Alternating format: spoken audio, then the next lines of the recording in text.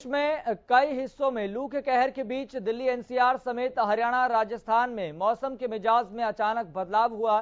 दिल्ली में देर रात आंधी के साथ हल्की बारिश हुई तो हरियाणा के कई जिलों में आग से नुकसान की खबरें भी सामने आई है। रिपोर्ट आप देखिए।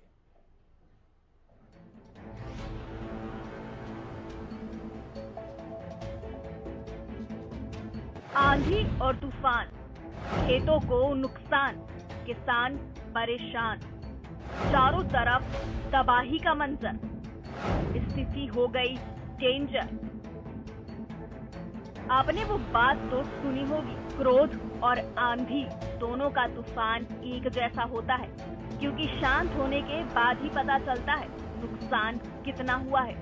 ठीक इसी तरह की स्थिति प्रदेश के कई जिलों में देखने को मिली, जहां देर रात तक चले आंधी तूफान के शांत होने के बाद पता चला है नुकसान कितना हुआ है, कहाँ हुआ है, आकलन जारी है। अब सरकार की बारी है।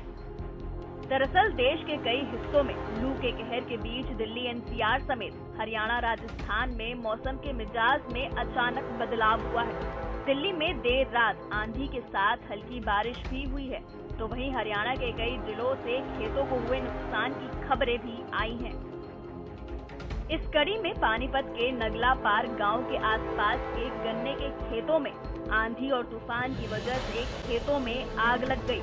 आग लगने की वजह से करीब 15 एकड़ गन्ने की फसल को नुकसान होने की आशंका जताई जा रही है। देर रात लगी आग इतनी भयंकर थी कि दमकल विभाग की गाड़ियां पहुंचने से पहले ही सब कुछ खाक हो चुका था।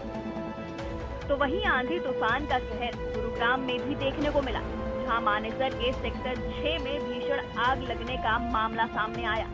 आग का तांडव ऐसा जिसने कई झुग्गियों को तो कहीं इंडस्ट्रियल स्क्रैप को मिट्टी कर दिया।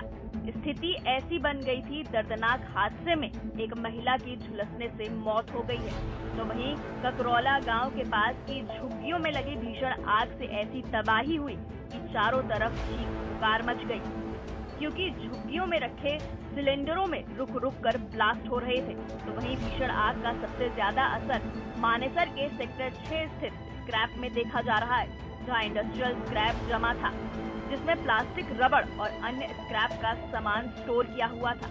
यहाँ की आग इतनी भयानक थी कि दूर तक इस भयावह स्थिति को देखा जा सकता था। फिलहाल इस मामले में कई लोगों की हालत गंभीर बताई जा रही है। ये आग रात को 10:21 पे हमें पहला मैसेज मिला था IMT मानेसर फायर स्टेशन पे। उसके बाद PFT के माध्यम से मैसेज मिला कि आग ज़्यादा है, तो सभी स्टेशनों से गुड़गांव, मानेसर, अपना सोहन्ना, पटौदी, उसके अलावा हमने अपने एयरफोर्स, DLF, आपकी मारुति, इसके अलावा रेवाड़ी, पलवल, बहादुरगढ़, आग की भयानकता को देखते हुए सभी DC साहब के आदेश से सभी जिलों से हमने गाड़ियाँ अपनी मंगाई। अच्छा, ये लगभग 25 से 30 एकड़ में फैला हुआ था, जिसमें जंक डीलर अपना कबाड़ा इकट्ठा किए हुए थे और साथ ही अपने झुग्गियाँ भी बनाई हुई थी। तो करीब 10-12 हो गए। अच्छा, और एक एक्सपायर कर गए। सर एक कोना से आग लगी थी, उसको बाद में आगे तक चल गई, इतना बड़ा बड़ा गोला गिरा तो मेरा तरफ भी पूरा जल गया। यहाँ पर ही तो सुने, मेरा बीवी बोला था कि ये है।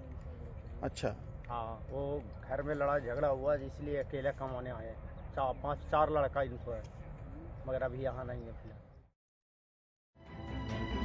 जहां कुछ लोग आंधी तूफान की वजह से भीषण गर्मी से निजात मिलने का अनुमान लगा रहे होंगे, तो वहीं ये आंधी तूफान कैसे कुछ लोगों की जिंदगी में अंधेरा बनकर आ गया है, ये किसी ने सोचा भी नहीं होगा। खबर जींद से भी आई है, जहां रात के समय तेज आंधी आने से खेतों में आग लग गई।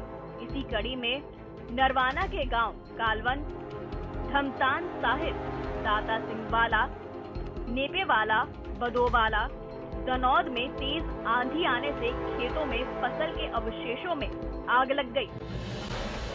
तो कई जगह लोगों के भूसे के कूप और फाने जल गए। लेकिन इन तमाम जगहों से आई खबरों के बाद सवाल ये है कि किसान को हुए नुकसान के बाद सरकार मदद के लिए कितना तैयार है, और ये सवाल भी है कि आने वाले मौसम को लेकर किसान और प्रशासन कितना अलर्ट है। हरियाणा न्यूज के लिए पानीपत से जितेंद्र शर्मा, गुरुग्राम से नीरज वशिष्ठ और जींद से राजेश जगलाना की रिपोर्ट।